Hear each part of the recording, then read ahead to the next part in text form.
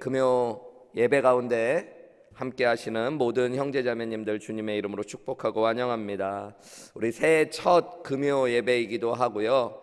또 제가 새롭게 담임 목회를 하면서 앞으로 인도하게 될 첫 금요 예배입니다. 그래서 오늘부터 금요 예배 때는 새로 오신 분들, 특별히 믿음이 좀 연약한 분들은 대부분 한번 어쩌다 오실지는 몰라도 금요 예배를 정기적으로 오시지는 잘 않을 것 같아서 우리 금요 예배 때는 좀 말씀을 깊이 있게 보고 좀 한번 공부하는 마음으로 살펴보면서 말씀의 그 자체의 단맛 또 은혜들을 누리는 시간들을 좀 가졌으면 좋겠습니다. 주일 설교 때는 여러 믿음의 다양한 분량의 성도님들이 오시기 때문에 좀 도전도 드리고 또 쉽게 깨닫게 하기 위해서 말씀의 예화도 들고 좀 이렇게 권면하는 것들도 많이 이야기하지만 오늘 금요 예배 때는 우리가 말씀 그 자체를 좀 많이 들여다보고 공부하는 시간들을 가졌으면 좋을 것 같아요. 특별히 마태복음의 말씀부터 우리가 한 장 한 장 앞에서부터, 때로는 한 장 전체를 나눌 수 없을 때도 있지만 한 장 한 장 앞에서부터 살펴가면서 마태복음에 있는 말씀들을 통해 하나님의 은혜를 나누어 보기 원합니다. 여러분, 성경책이 한 권만 갖고 계시지 않죠. 대부분 교회를 어느 정도 다녀본 분들은 집에 성경책이 몇 권씩 있을 겁니다. 한 권 정도 성경책을 딱 정하셔서 오늘 가지고 오신 성경들, 지금 보시는 성경책은 좀 한번 지저분하게 보시는 성경책이 되셨으면 좋을 것 같아요. 함부로 막 쓰시라는 게 아니라 성경에 표시도 하시고 체크도 하시고 내가 읽고 공부한 흔적을 많이 남겨놓으실 필요가 있을 것 같아요. 성경을 우리가 귀하게 다룬다는 건 여러분 먼지 하나 안 타도록 또 종이가 하나도 접어지지 않도록 줄하나가지 않도록 보는 것이 아니라 성경을 귀하게 보는 것은 말씀을 자세히 들여다보고 그것을 공부하고 연구하고 또 기도한 흔적들이 있어야 되는 줄 믿습니다. 그래서 여러분 성경 오늘부터 함께 나눌 성경에는 여러분 펜을 가지시고 직접 성경에 동그라미도 치시고 옆에 여백에 표시할 수 있으면 표시도 하면서 하나님의 말씀을 함께 나누어 갔으면 좋겠어요. 여러분, 마태복음은 신약의 첫 번째 책이죠. 하나님께서 우리에게 4개의 복음서를 주셨습니다. 그죠? 마태, 마가, 누가, 요한복음, 이렇게 4개의 복음서를 사복음서라고 부릅니다. 그 중에 마태, 마가, 누가복음 3개의 복음서만은 떼어서 뭐라고 부르죠, 여러분? 공관복음이라고 부릅니다. 그 이유는 이 마태, 마가, 누가복음은 마가복음을 중심으로 해가지고 비슷한 사건들을 다루고 있어요. 비슷한 관점에서 많은 사건들을 다루면서 각자의 독특한 이야기들을 다루고 있습니다. 특별히 사복음서 안에 들어있는 요한복음은 공관복음과 또 다른 차원으로 예수님의 신성을 강조하고 예수님이 하나님의 아들 되심을 강조하는 좀 더 특별한 책으로서의 복음서로 기록되어져 있어요. 이렇게 4개의 복음서는 각자 공통점도 많지만 각자의 독특한 특징들을 가지고 있습니다. 그래서 복음서를 공부할 때는 항상 이 4개의 복음서들을 함께 엮어서 공통점을 중심으로 예수님의 인생과 복음의 사건을 통째로 이렇게 알아가는 사건들, 그래서 서로 비교하면서 공통점들을 찾아가는 것들이 중요하고요. 그것뿐만 아니라 한 권 한 권의 독특하고 분명하게 기록되어 있는 특징을 통해서 그 한 권 한 권의 책들이 이야기하는 특징 속의 강조점들을 발견할 필요도 있습니다. 그래서 우리는 마태복음을 공부할 때 4개의 복음서에 나와 있는 예수님의 사건들의 공통점들도 함께 비교해 보기도 하고요. 마태복음만에 나오는 독특한 특징들을 찾아보면서 하나님께서 우리에게 주시는 은혜를 찾아갈 거예요. 여러분 한번 생각해 보세요. 어떤 실제로 일어났던 일들을 4명의 사람이 함께 보고 그것을 기록했다라고 이야기해 보세요. 오늘 지금 현장에서 예배 드리시는 분들도 찬양팀 이렇게 해가지고 10분 안 되는 분들이 앉아 계신데요. 이분들이 오늘 예배 가운데 일어났던 모든 일들을 한번 자기들이 본 관점에서 쭉 기록해 본다고 하면 어떻게 될까요? 4분이 적은 기록들이 하나의 토시도 없이 똑같다면 여러분 그거는 자기가 진실되게 본 것을 기록한 걸까요? 아닐까요? 아닐 겁니다. 하나의 토시도 틀리지 않고 기록이 똑같다면 그거는 분명히 누군가 한 사람의 기록이 있었고 그것을 보고 베낀 것에 불과할 거예요. 여러분이 4명 이상의 사람들이 어떤 하나의 사건을 보고 기록했다면 그 사건들은 분명히 차이가 있을 겁니다. 그죠? 목사님의 설교를 똑같이 들었지만 요약한 것도 틀릴 거고, 찬양에서 받았던 은혜들도 틀릴 거고, 찬양의 제목은 같지만 그 순서 안에서 자기가 느낀 것들, 또 누가 먼저 올라가고 어떤 일들이 있었는지를 표현하는 방식은 다 틀릴 거예요. 그죠? 틀리다고 해서 그것이 잘못된 것은 아니죠. 하나하나가 진실되고 정직한 고백이지만 그것들은 각자의 관점 안에서 내가 더 중요히 본 것, 그리고 또한 내가 본 것들을 있는 그대로 표현하기 때문에 다를 수밖에 없는 것입니다. 그래서 4개의 복음서는 조금씩의 다른 차이점들을 갖고 있는 거예요. 또한 우리가 어떤 하나의 사건을 좀 더 풍성하고 분명하게 알려면 앞에도 이야기했듯이 여러분이 오늘 예배를 현장에서 참여하시면서 겪은 것들을 기록했다면 나중에 우리가 그 현장의 예배에 참여하지 않았지만 그 현장에 있었던 예배를 우리가 조금 더 자세히 보고 알기 원한다면 여러 명의 기록을 참고할수록, 여러 명의 기록이 있을수록 더 분명하고 정확하게 현장에서 있었던 일들을 알 수 있겠죠. 그래서 4개의 복음서가 우리에게 주어진 겁니다. 우리는 예수님이 이 땅에 태어나시고 이 땅에서 말씀을 가르치시고 십자가에 못 박히시고 부활하신 이야기들을 직접 눈으로 경험하지 못한 시대를 살아가고 있습니다. 그러나 하나님께서는 4개의 복음서를 통해서 예수님의 이야기들을 듣고 본 사람들의 이야기를 기록하게 하시고 그 이야기들을 통해서 우리는 4개의 이야기가 합쳐짐으로 좀 더 풍성하고 좀 더 정확하게 예수님에 대한 이야기를 알아가도록 하신 거예요. 그러면 신약의 첫 번째 책으로 존재하는 마태복음, 이 이야기들에 대해서 우리가 조금 더 살펴보기 원합니다. 성경을 읽어보려고 하면 창세기부터 성경을 읽는 분들이 있고 신약부터 마태복음부터 읽으려고 하시는 분들이 있죠. 대부분은 창세기부터 읽게 되는 경우가 많이 있어요. 읽다가 레위기쯤에서 이제 성경 읽기를 포기하는 분들이 많이 있습니다. 한번 실패한 경험이 있던 분들은 그 다음에는 똑같은 실수를 안 하기 위해서 신약부터 시작합니다. 근데 신약부터 시작을 할 때에도 이 마태복음 1장을 읽다가 걸리고 넘어지는 분들을 많이 보게 되어집니다. 실제 성경을 읽어보면 마태복음 1장은 그렇게 쉽게 시작하지 않는 것 같습니다. 성경을 잘 모르시는 분들에게는 낯선 이름들이 잔뜩 등장합니다.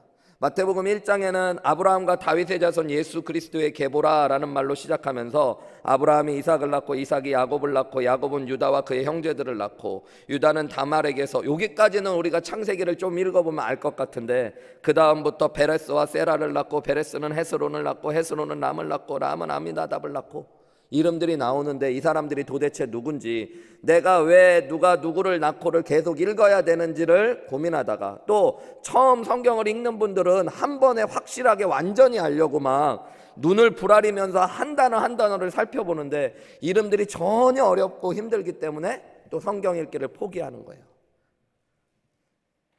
제가 하고 싶은 이야기는 오늘 마태복음의 이야기를 우리가 잘 들어가고 배워간다면 최소한 금요 예배 가운데 마태복음의 이야기를 듣는 분들은 그런 고민을 넘어서실 수 있게 됩니다. 이제 앞으로는 족보를 볼 때마다 목사님과 나누었던 이야기들을 생각하면서 이 이야기들의 은혜를 느끼기 시작할 것이고요. 이제 마태복음 1장을 충분히 넘어가서 2장으로 3장으로 4장으로 성경을 이해하고 읽는 눈들이 열려지는 은혜가 있을 것입니다. 왜 마태복음이 신약의 제일 첫 번째 적혔을까요? 우리 앞에 이야기했듯이 마가복음이나 요한복음 이런 책이 먼저 적혔으면 사람들이 신약 성경부터 성경을 읽으려고 하다가 실족하지 않을 텐데, 근데 여러분 마태복음이 신약의 첫 번째 책으로 기록되어진 이유가 있습니다. 편집되어진 이유가, 실제로 학자들이 연구한 결과들에 의하면 4복음서 중에 제일 먼저 시기적으로 적혀진 것은 마가복음이라는 것들에 대하여 현대 신학자들은 거의 대부분이 동의를 합니다. 그러니까 시기적으로는 마가복음이 제일 먼저 적혀진 거예요. 그럼에도 불구하고 마태복음이 제일 먼저 신약의 앞부분에 있는 이유는 마태복음이 갖는 특징이 있는데요. 실제로 마태복음을 처음부터 끝까지 읽어보면 마태복음에는 구약의 인용이 엄청나게 많이 등장합니다. 구약을 직접적으로 인용하는 것은 53회가 등장하고요, 간접 인용하는 것은 76회가 등장해서 무려 129회나 구약의 성경을 인용하고 있어요. 여러분, 우리가 성경을 통으로 읽다 보면 말라기까지는 구약이고 처음 한 장을 넘겨 이제 신약이 시작될 때 그 책이 바로 마태복음입니다. 그래서 마태복음은 구약과 신약을 연결해 주는 책으로서의 역할을 감당하고 있어요. 마태복음을 잘 배우면 그래서 여러분, 우리가 앞으로 구약 성경에 대한 눈도 조금 떠지게 됩니다. 우리가 구약을 볼 때 어떻게 하나님 아들 예수 그리스도를 바라보고 복음에 대한 은혜를 누려야 되는지를 마태복음을 배우면서 깨달을 수 있는 것이에요. 이 28장까지 있는 마태복음에 구약의 인용이 129회가 들어갔다는 건 정말 엄청난 횟수로 등장한 것입니다. 다른 성경 어디에도 없을 만큼 압도적으로 많은 인용이 들어가 있어요. 특별히 13번은 선지자로 하신 말씀을 이루려 하심이라 라는 구절이 등장해요. 그래서 여러분이 성경을 읽고 저랑 같이 공부를 해나가시다가 선지자로 하신 말씀을 이루려 하심이라 라는 말이 나오면 줄을 치시거나 동그라미를 치시면 나중에 마태복음을 읽을 때 이해되시는 것들이 많이 있습니다. 우리 예를 들어서 마태복음 1장 22절 말씀을 한번 보실까요? 이 모든 일이 된 것은 주께서 선지자로 하신 말씀을 이루려 하심이니 라는 말이 나오잖아요. 그죠? 이 말이 13번 등장한다고 그랬어요. 여러분, 이것이 마태복음의 중요한 뼈대가 되어지는 구절이 됩니다. 우리가 이제 앞으로 나눌 텐데 여러분이 이제 이런 말씀을 보면 눈이 번쩍 뜨이고 동그라미를 치실 수 있어야 돼요. 마태복음에서는 물론 예수님이 이 땅에 오셔서 구원의 사역을 이루신 것들을 설명하는데요, 그냥 예수님이 이 땅에 오신 것이 아니라 우리가 마태복음 앞에 성경책을 갖고 계신 분들은 이만큼의 구약 성경이 이미 주어져 있잖아요. 이 구약의 성경을 통해서 선지자들, 하나님의 사람들을 통해서 끊임없이 말씀하셨던 하나님 나라의 역사, 구원의 완성의 역사, 구원자이신 하나님의 아들을 보내주시겠다는 복음의 역사가 이루어졌다는 것들, 하나님의 약속이 이루어졌다는 것들, 그것을 설명하는 것이 마태복음의 중요한 포인트입니다.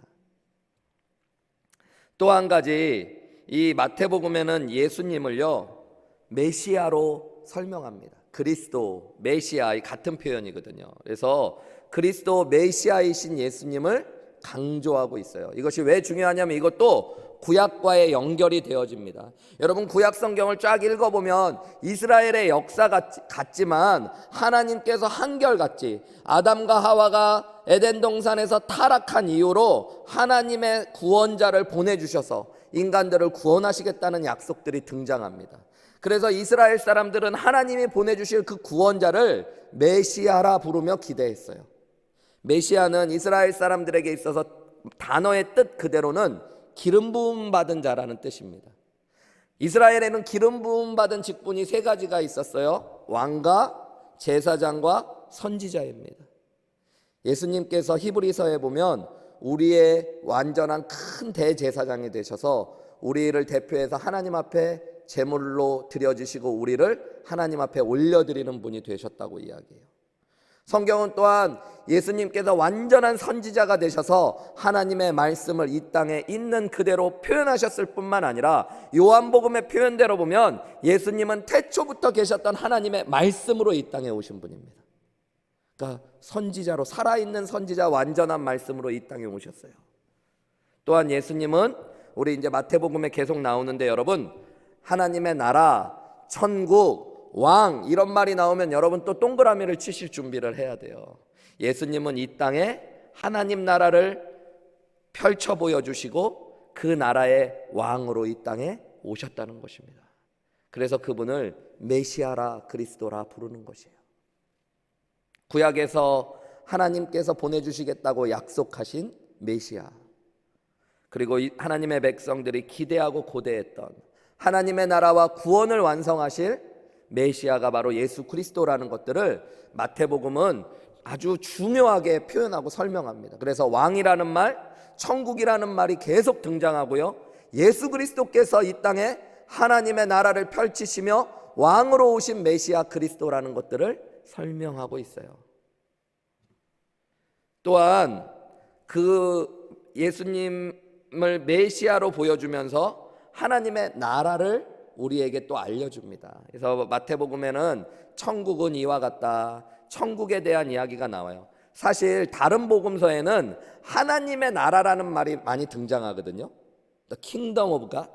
그런데 마태복음에는 The Kingdom of Heaven, 하늘나라, 천국이라는 표현이 더 많이 등장합니다. 그 이유는 마태가 유대인이었고 많은 성경학자들은 마태복음이 처음 적혀질 때 유대교에서 개종한 그리스도인들을 주요 타겟으로 해서 마태가 복음서를 적고 이 마태복음을 주로 사용했던 초창기의 교회는, 그 공동체는 유대인들의 회심자가 많은 공동체였을 거라고 예상해요. 그래서 그들에게는, 유대인들은 하나님을 이름조차 부르는 것들을 경외하고 두려워했습니다. 그래서 하나님의 나라를 의도적으로 하늘나라라고 바꾸어 표현한 표현들이 마태복음에 등장해요. 근데 어쨌든 그것은 뜻으로는, 의미적으로는 천국, 하늘나라라는 말이 나오면 여러분 그것이 하나님의 나라와 같다라는 것들을 생각하시면 됩니다.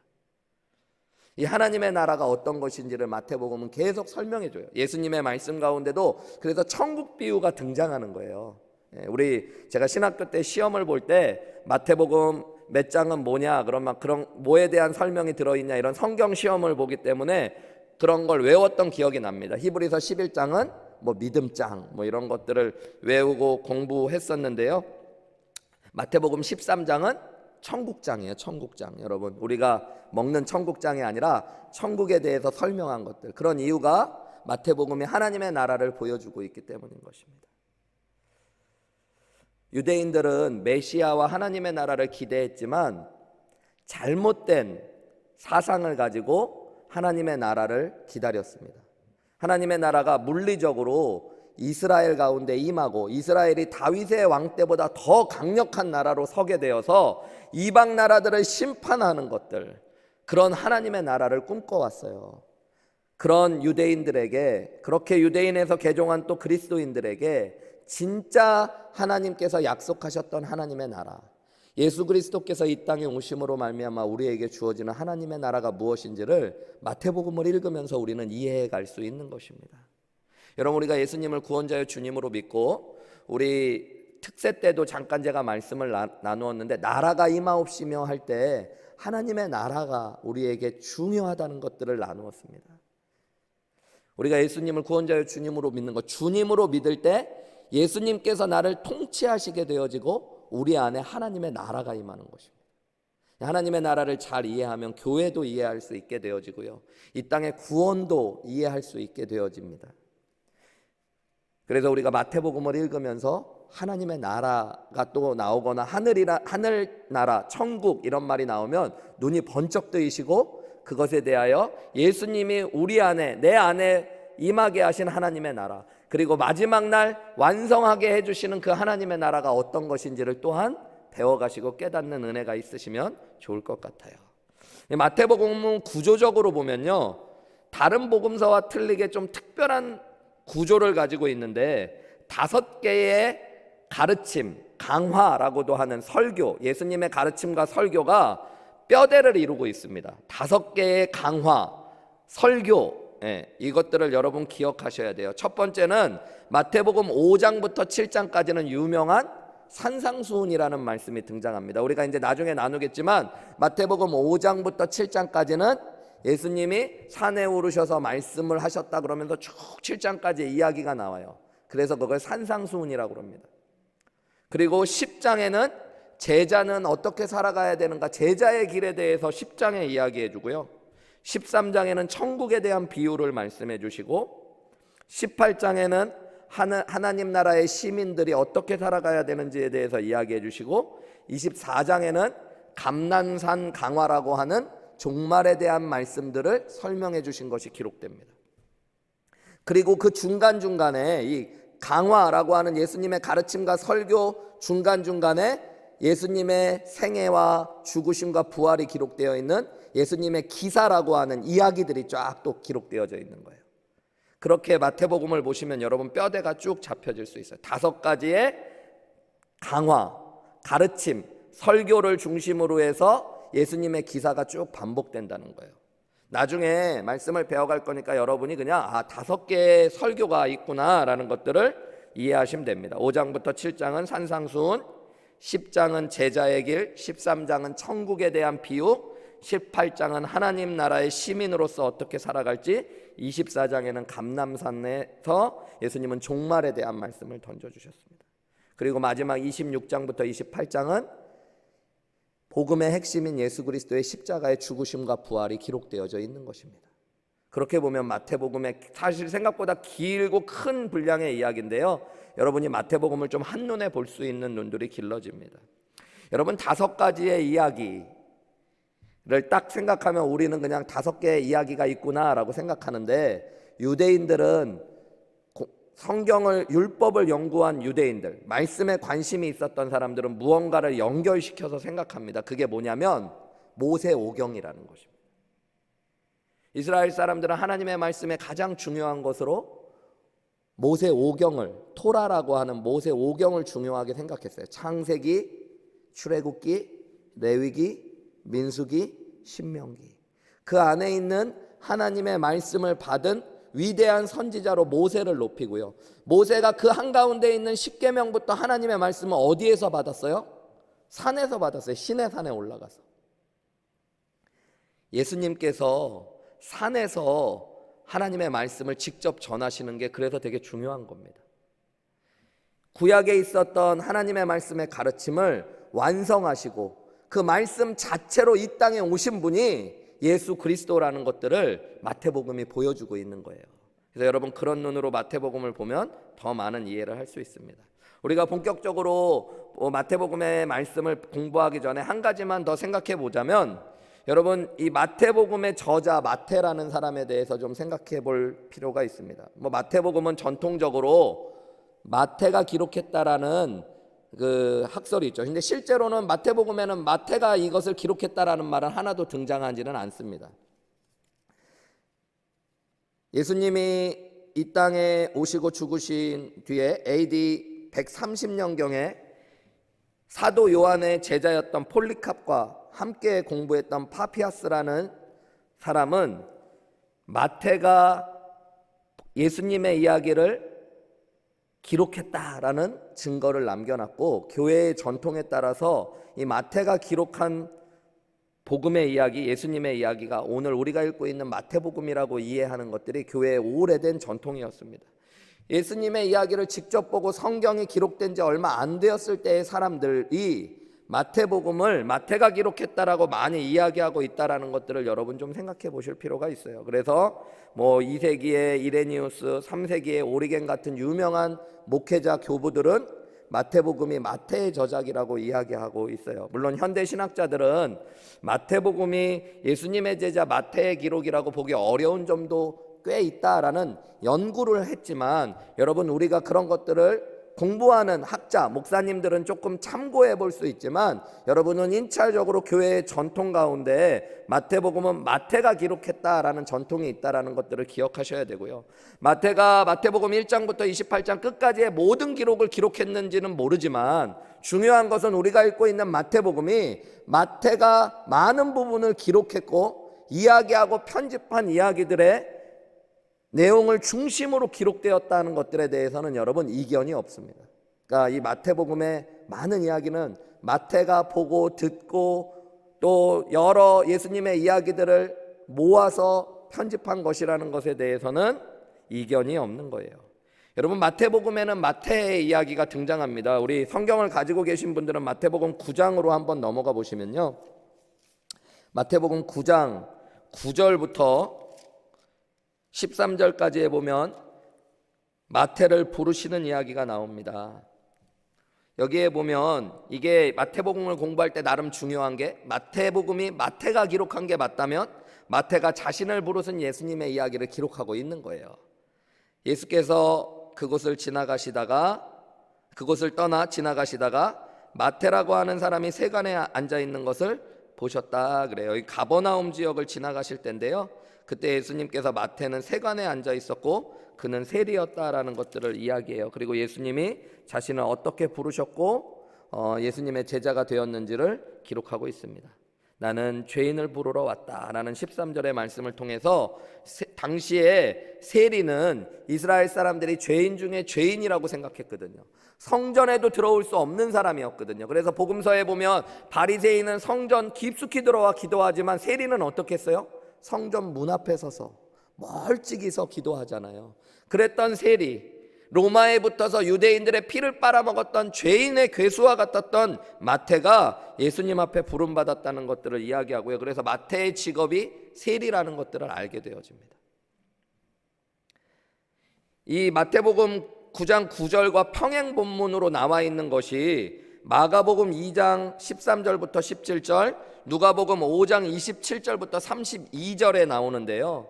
이 평행 본문에 보면 재미있게 이 마태를 부르신 장면을 마태라고 이름 부르고 있지 않고요, 세리 레위를 불렀다라고 이야기하고 있어요. 그래서 많은 신학자들은 마태는 예수님을 만나고 이름이 바뀐 제자 중에 하나다라고 생각하는 사람들이 있습니다. 여러분, 예수님을 만나고 예수님께서 제자들의 이름을 바꾸어 주실 때가 있으셨죠. 베드로에게는 원래 시몬의 아들 요나의 아들 시몬이었는데 시몬의 이름을 베드로로 바꾸어 주셨죠. 그런 것처럼 레위의 이름을 마태로 바꾸어 주셨다라고 생각하는 신학자들도 있습니다. 이 마태의 뜻은 하나님의 선물이라는 뜻이에요. 여러분, 선물은, 하나님의 선물을 성경에서 은혜라고 합니다. 은혜. 복음의 핵심이 은혜이고요, 마태는 복음을 깨닫고 복음을 기록할 수 있는 복음의 핵심인 은혜 그 자체로 이름이 바뀌어진 마태라는 이름을 가진 사람이 되어진 것입니다. 또 한 가지, 이제 마태복음을 하나하나 읽기 전에 여러분 기억하실 것은, 마태복음을 읽다 보면 세 그룹이 존재한다라는 것들을 우리는 주의 깊게 보실 필요가 있어요. 예수님 외에 첫 번째는 제자 그룹입니다. 여러분, 이것을 누구에게 이야기하고 있는지, 특별히 너희는, 우리는, 그들은 이런 말이 나오면 앞뒤를 보시며 이게 어떤 무리와 그룹을 대상으로 하고 있는지 좀 살펴보시며 성경을 보실 필요가 있는데요. 첫 번째 그룹으로 등장하는 건 예수님의 제자들이에요. 예수님의 부르심을 받고 모든 것을 버리고 예수님 앞에 인생을 걸고 예수님을 쫓아갔던 사람들. 두 번째는 군중들이 등장합니다. 군중들, 무리들이라고 표현되는 사람들이에요. 세 번째 사람들은 율법 교사와 바리새인들입니다. 그래서 이 세 가지의 무리를 여러분 구분하면서 성경을 읽으시면 마태복음에 대한 공부를 조금 더 자세히 하실 수 있습니다. 오늘 마태복음 첫 시간이라서 마태복음 전체에 대한 이야기를 좀 지루하실 수는 있지만 나름 짧게 정리해 본 겁니다. 여러분이 오늘 첫 시간을 잘 들으면 나머지 시간에 남들과 다른 눈으로 마태복음을 볼 수 있는 눈이 뜨이실 거예요. 오늘 이제 마태복음 1장 1절부터 오늘은 전체를 다 나누지는 않고요, 17절까지의 말씀만 좀 나누어 볼 텐데요, 우리 함께 좀 간단히 읽어보겠습니다. 1장 1절 말씀입니다. 제가 읽겠습니다. 아브라함과 다윗의 자손 예수 그리스도의 계보라, 족보라 라고 이야기합니다.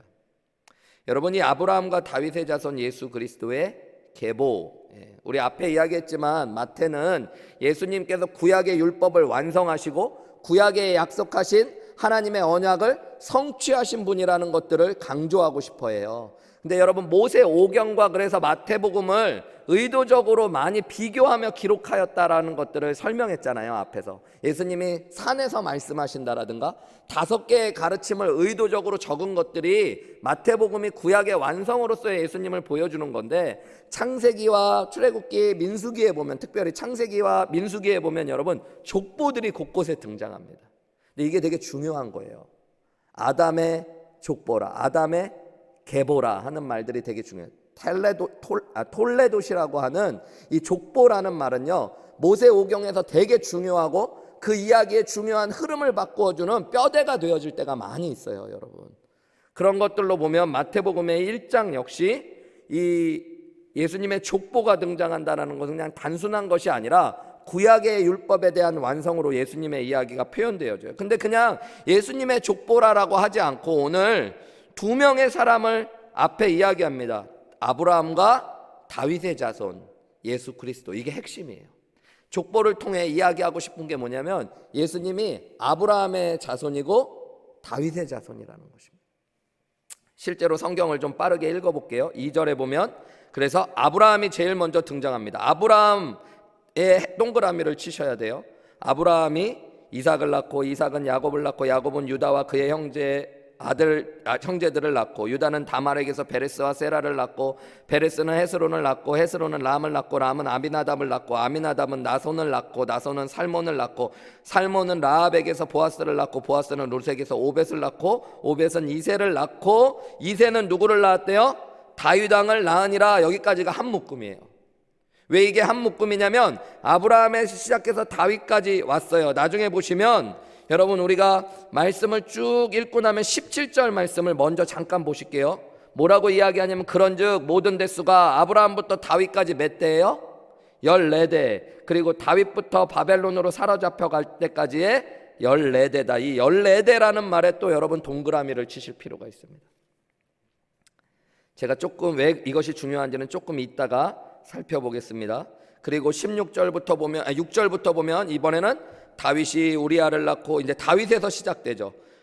우리아의 아내에게서 솔로몬을 낳고 솔로몬은 르호보암을 낳고 르호보암은 아비야를 낳고 아비야는 아사를 낳고 아사는 여호사밧을 낳고 여호사밧은 요람을 낳고 요람은 우시야를 낳고 우시야는 요담을 낳고 요담은 아하스를 낳고 아하스는 히스기야를 낳고 히스기야는 므낫세를 낳고 므낫세는 아몬을 낳고 아몬은 요시야를 낳고 바벨론으로 사로잡혀 갈 때 이 바벨론으로 사로잡혀 갈 때가 그 다음 또 동그라미를 치셔야 되는 거예요. 그러니까 아브라함부터 다윗까지가 14대, 다윗부터 바벨론으로 끌려갈 때까지가 14대라고 이야기하고 있거든요.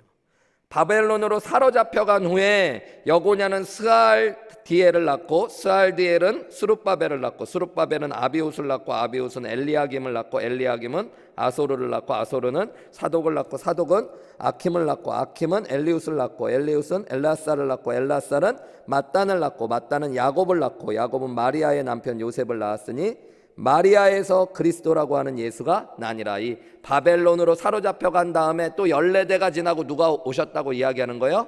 예수님.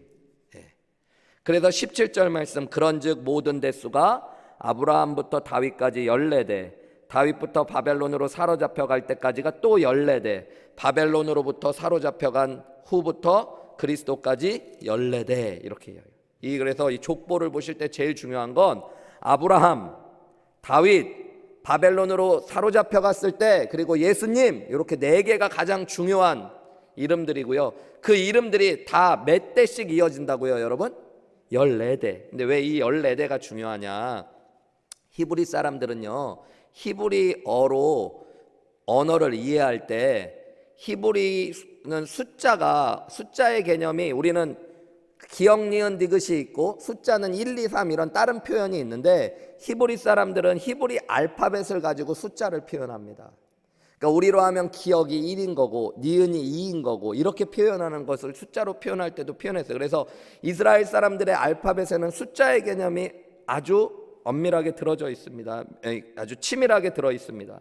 근데 여러분 이 14이라는 숫자는 다윗의 히브리어의 이름이에요. 다윗의 이름이 히브리 사람들은 14이라 다윗의 이름을 딱 보면 히브리 사람들은 다윗이라고도 부를 수 있지만 숫자로는 14이네 라는 것들을 알게 되어지는 거예요.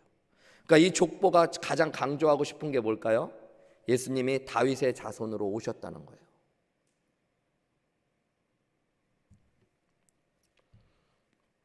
다윗은 이스라엘의 가장 위대한 왕이고요. 예수님께서는 다윗의 자손을 통해 하나님 나라를 이루어 가실 것이고 그 다윗의 자손으로 오실 왕을 한 사람을 통해서 그의 나라가 영원히 쇠하지 않을 것이라고 약속하셨습니다. 그게 다윗 언약이라고 하는 거예요.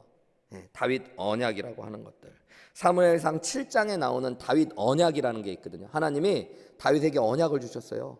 너의 자손의 왕위가 영원히 그치지 않게 하시겠다. 여러분 하나님은 약속을 지키시지 못하지 않죠, 그죠? 하나님은 반드시 그 약속을 이루시죠. 근데 실제적으로 인간적인 다윗의 자손의 왕위는 끊어졌습니다. 그죠? 바벨론 포로로 끌려갈 때 다윗의 왕조는 인간적으로 무너진 거예요. 이스라엘 사람들은 거기에서 혼란스러웠던 것입니다. 그래서 다시 다윗의 자손으로 메시아가 오셔서 이스라엘을 다윗의 왕조보다 더 부국 강성하게 하는 나라를 꿈꿨던 거예요.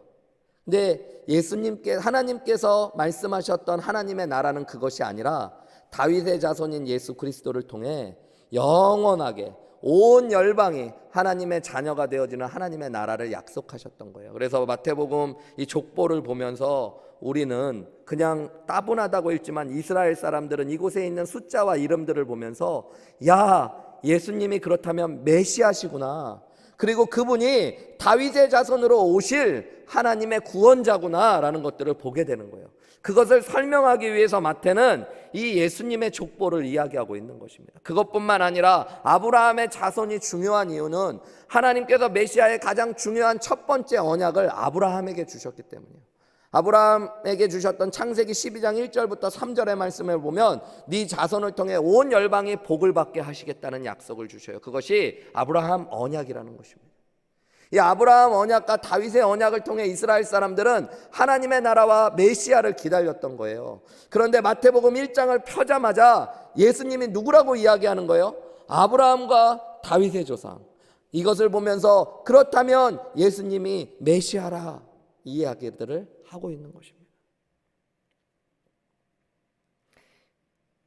구약의 수많은 역사가 사람들의 죄악과 사람들이 결정한 여러 가지 일들, 사람들이 각기 제 길로 가는 것처럼 보여지는 역사들, 죄악의 역사, 또 때로는 흥망성쇠의 역사들, 믿음의 역사들이 있는 것 같지만 여러분, 이 모든 역사를 꿰뚫으며 하나님은 저와 여러분을 구원하시고자 하시는 예수 그리스도를 보내주시는 하나님의 주권적인 역사들을 계속 이루어 가신 거예요. 그 오차 없이. 그리고 예수님을 우리에게 보내주신 것입니다.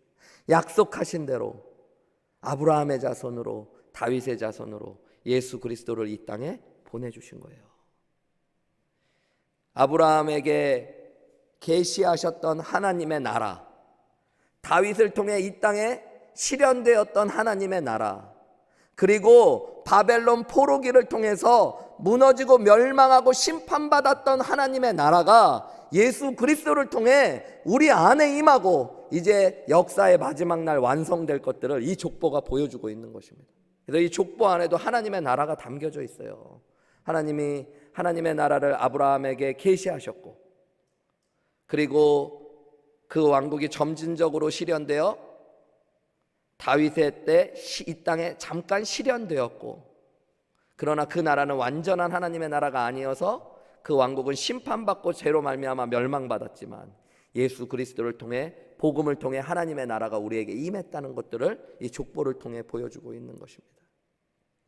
여러분, 이 족보에는 또한 예수 그리스도의 구원과 하나님의 나라의 이야기를 펼쳐 보여주면서 좀 특이한 특징을 갖게 되어지는데요, 이 마태복음 1장에는 여자의 이름이 4명 등장한다라는 특징이 있습니다. 여러분, 대부분 우리도 그렇지만 가부장적인 제도에서 족보가 중요하게 되어지고요, 이 족보가 중요하게 되어질 때는 남자의 이름들이 대부분 그냥 쭉 기록되어지는 게 사실입니다. 만약에 여자의 이름을 기록해야 된다면 아마 나라를 바꿀 만한 위대한 위인이 있다면 적을만 하겠죠.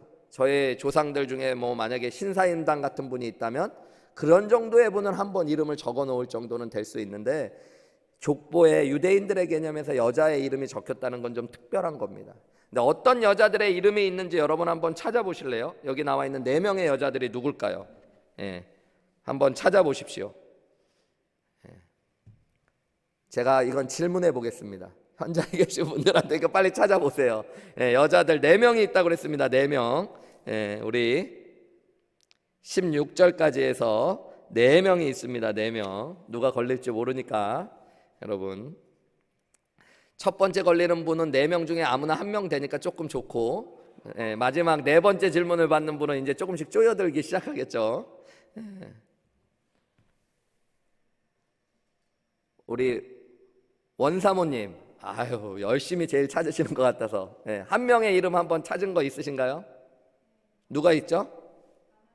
다말, 예, 맞습니다. 다말이라는 이름이 있어요. 여러분 다말이라는 이름에도 뭔가 체크를 해놓으시면 나중에 보시기 좋으시겠죠. 예.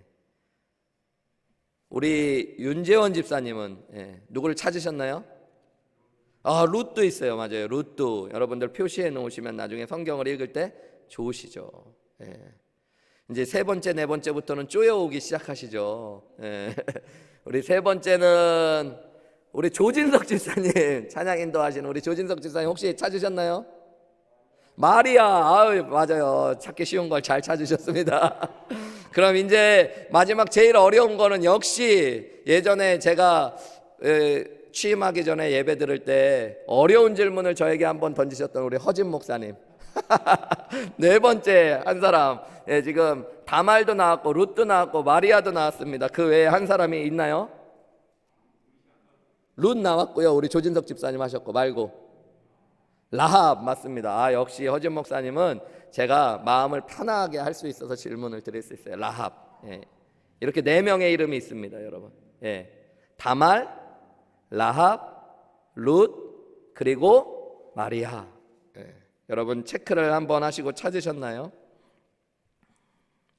3절에 보면 유다는 누구에게서?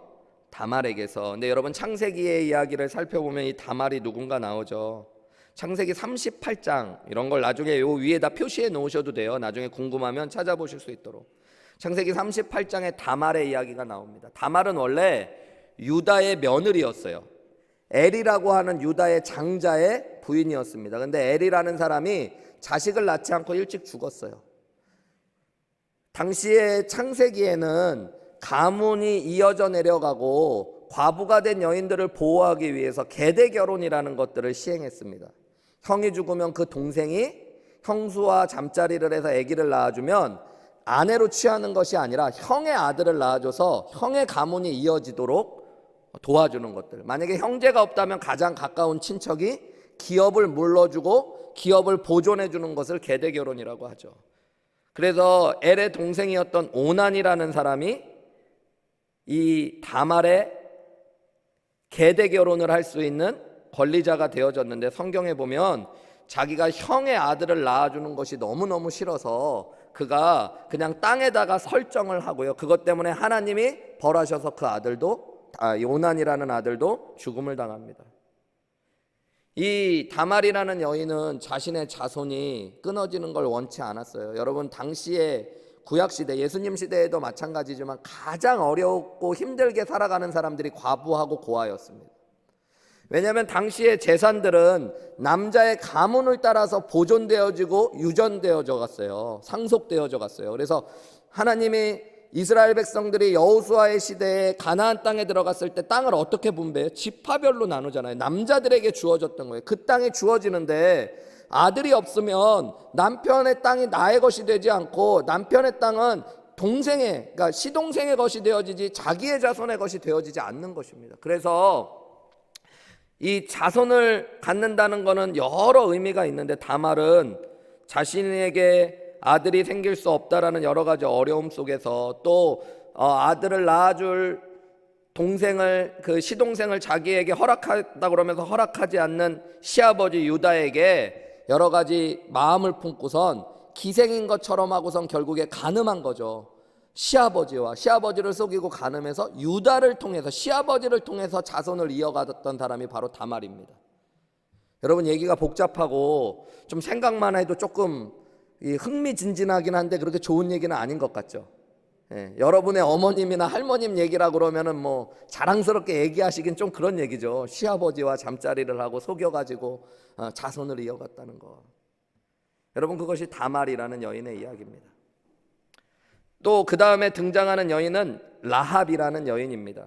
여호수아 2장에 등장하는 여인이죠. 1장 5절에 나오는데요. 살몬은 라합에게서 보아스를 낳았다라고 등장하죠. 여기 라합의 동그라미를 치시면 되는데요.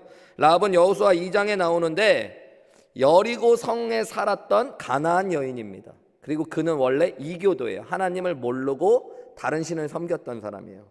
근데 하나님에 대한 소문을 듣고 하나님이 진짜 하나님이시구나라는 믿음이 생기고 그 믿음으로 여리고성에 정탐했던 2명의 정탐꾼을 숨겨주었던 여인입니다. 근데 그에 대한 기록을 보면 그는 이방 여인이었고 기생이었다고 기록하고 있어요. 여러분, 기생은 조선시대 기생도 그런 비슷한 일을 했지만 성경에 나왔던 기생이라는 사람들은 몸을 팔았던 창녀라고 표현되는 경우가 훨씬 더 많은 사람입니다. 그게 자랑스러운 직업은 아닌 거죠. 세 번째로는 여러분 룻이 나옵니다. 5절에 나오죠. 바로 살몬은 라합에게서 보아스를 낳고 보아스는 룻에게서 오벳을 낳았다 그래요. 여기 룻은 여러분 룻기에 나오는 여인입니다. 몇 장이 아니라 룻기 전체의 룻의 이야기가 펼쳐지는데요. 룻은 모압 여인이었다라고 성경이 표현되어져 있어요. 모압 여인. 여러분이 모압 여인인 게 중요한 이유는 성경을 갖고 계신 분들은 신명기 23장을 한번 찾아보십시오. 없는 분은 제가 읽어드릴 텐데요. 신명기 23장을 한번 살펴보겠습니다. 신명기 23장을 살펴보면 23장 3절입니다. 암몬 사람과 모압 사람은 여호와의 총회에 들어오지 못하리니 그들에게 속한 자는 10대뿐 아니라 영원히 여호와의 총회에 들어오지 못하리라. 여러분, 하나님께서 특별히 가나안 주변에 있었던 여러 부족과 지파 중에 두 지파는 여호와의 총회에 영원히 들어올 수 없다라고 이야기하셨어요. 그게 누구하고 누구예요? 암몬과 모압 자손입니다. 그런데 룻은 어느 여인이라고요? 모압 여인이에요. 그러니까 모압의 사람이에요. 이 룻은 엘리멜렉이라고 하는 히브리 사람의 며느리가 되어졌고요. 나옴이라는 사람의 며느리가 되어졌고, 그 남편이 죽고 나서 이방 여인임에도 불구하고 나옴이라는 시어머니가 이스라엘 자기 하나님의 땅으로 들어가겠다고 할 때 어머니의 하나님이 나의 하나님이십니다라고 고백하며 이스라엘로 돌아와서 함께 거하고 가난을 해결하기 위해 일하다가 보아스라는 남자를 만나게 돼서 가문을 이어가게 됐던 여인입니다. 어쨌든 그는 모압 여인이었다는 것들을 기억하셔야 돼요. 그리고 마지막 마리아가 나오죠. 마리아는 여러분 성경에 나오는 여인 중 특별히 마태복음과 복음서에 보면, 또 마태복음이 기록될 당시에도 그랬고, 거룩하고 경건한 믿음의 사람의 표상이었을 것입니다. 그죠? 성령으로 잉태하고 자신이 죽을 위기에 돌에 맞아 죽을지도 모른다는 걸 알면서 주의 뜻대로 되기를 원합니다. 말씀이 이루어지기를 원합니다. 주의 여종이오니 말씀대로 되기를 원합니다 라고 순종했고요. 예수님의 어머니로서 처음부터 끝까지 누구보다 먼저 예수님이신 걸 알아보며 가나의 혼인잔치 같을 때 예수님이 하라는 대로 구하라고 얘기하고 끝까지 예수님을 지켜주고 예수님을 사랑했던 여인이 마리아입니다. 다 이상한 여인만 등장한 게 아니라 마리아같이 거룩한 여인의 이름도 여기에 등장해 있어요. 근데 여러분, 우리가 기억할 수 있는 거, 다말, 라합, 룻, 어떻게 보면 조금 족보의 이름이 들어가기엔 부끄러울 수도 있고, 굳이 여자들의 이름을 기록했다면 마리아 정도는 기록할 수 있지만 빼놓는 게 나을 것 같은 여인들의 이름을 일부러 기록한 듯이 보여지잖아요. 여러분, 무엇을 이야기하고 있는 걸까요? 하나님 나라의 백성이 되는 것들, 그리고 이제 하나님의 자녀가 되어진다는 것은 여러분 어떠한 죄인인가가 중요한 것이 아니라 예수 그리스도 안에 연결되어 있느냐가 중요하다는 것들을 보여주고 있는 거예요. 하나님은 예수 그리스도를 통해 우리를 보시는 거예요. 여러분, 다말이 기생이었는지, 유다의 며느리로서 가늠한 여인인지, 라합이 기생이었는지, 룻이 모압 여인인가가 중요한 것이 아니라 그가 예수 그리스도의 생명의 끈 안에 연결되어 있기 때문에 그는 하나님 나라의 생명책에 기록될 수 있다는 것들을 말씀해주고 있는 거예요. 여러분, 오늘 저와 여러분도 마찬가지입니다. 여러분, 하나님 나라의 생명책에 여러분의 이름이 기록될 자격이 있다고 생각하시나요? Hall of Fame, 명예의 전당이라는 게 있잖아요. 뭐 운동을 잘하거나 뭐 하면 여러분은 믿음의 명예의 전당에 있다면 거기에 이름이 들어갈 만한 분들이신가요? 저는 가끔 내가 하나님의 자녀라는 것, 성도라는 것, 성도라는 말 그 자체가 세인트, 성자와 같다는 말이잖아요. 하나님의 자녀라는 것, 내가 목회자, 목사라는 말 그 자체도 부끄러울 때가 너무 많이 있습니다. 솔직하게. 그런데 이 모든 귀한 이름들은 저로부터 출발한 게 아니라 제가 예수님으로 연결되어져 있고 예수님이 저에게 주셨기 때문에 주어진 이름이라는 거예요. 여러분, 우리가 마태복음의 족보를 보면서 그 은혜들을 깨달아 가셔야 됩니다. 로마서 3장 22절에서 24절 말씀에 보면 그래서 예수 그리스도 안에 주어지는 구원은 차별이 없다라고 말씀하시는 거예요. 여러분, 누구든지 예수 믿으면 구원 받으심을 믿으십니까? 하나님이 세상을 이처럼 사랑하사 독생자를 주셨으니 이는 저를 믿는 자마다, 누구든지 배웠던 배우지 못했던 남자든 여자든 어떠한 죄를 지었던 어떻게 거룩하게 살아갔던 상관없이 예수님을 믿는 자는 예수님 때문에 구원받게 되어지고 하나님의 자녀 되어지며 하나님의 생명책에 기록되어지는 귀한 은혜를 누리게 되어진다는 것이 바로 마태복음 1장을 통해 우리가 바라볼 수 있는 것입니다. 여러분, 나중에 기회가 되신다면 누가복음에도 예수님의 족보가 등장해요. 근데 그것은 좀 차이가 있습니다. 누가복음의 족보는 예수님으로부터 해서 위로 올라가요. 그러면서 어디까지 가냐면 아담에게까지 갑니다. 그러니까 누가복음에서는 강조하고 싶은 것이 무엇이냐면 첫째 아담이었던 아담이 죄를 범함으로 이 땅에 죄가 왔고 심판이 임했는데 예수님께서 둘째 아담으로 이 땅에 오셨다는 것들, 그리고 인류의 대표로서의 예수님의 모습을 강조하고 있는 거예요. 그런 거에 비교해 보면 마태복음 1장, 우리가 공부하고 읽게 되는 마태복음 1장의 예수님의 족보는 예수님이 아브라함과 다윗의 자손, 약속하신 메시아로서 이 땅에 오셨고 하나님의 생명의 길과 생명의 족보를 열어가셨다는 것들을 말씀해 주고 계시는 거예요. 아브라함에게 하나님께서 아브라함에게 주셨던 메시아의 언약에는 너의 자손을 통해서 열방이 복을 받게 하신다고 그랬어요. 여러분, 그러니까 그 너의 자손으로 복 받게 하신다는 그 자손이 누구라는 걸 우리가 마태복음 1장을 보면 알게 되어지는 거예요. 예수님. 그러니까 여러분, 예수님을 통해 온 열방이 복을 받게 되는 것입니다. 우리가 받은 복음의 중심이 누구로부터 말미암은 거예요? 예수님. 우리가 바로 이 땅에서 받을 수 있는 온갖 하늘의 귀한 복이 누구로부터 주어지는 거예요? 예수님이라는 것들을 믿으실 수 있는 저와 여러분들이 되시기를 주님의 이름으로 축복합니다.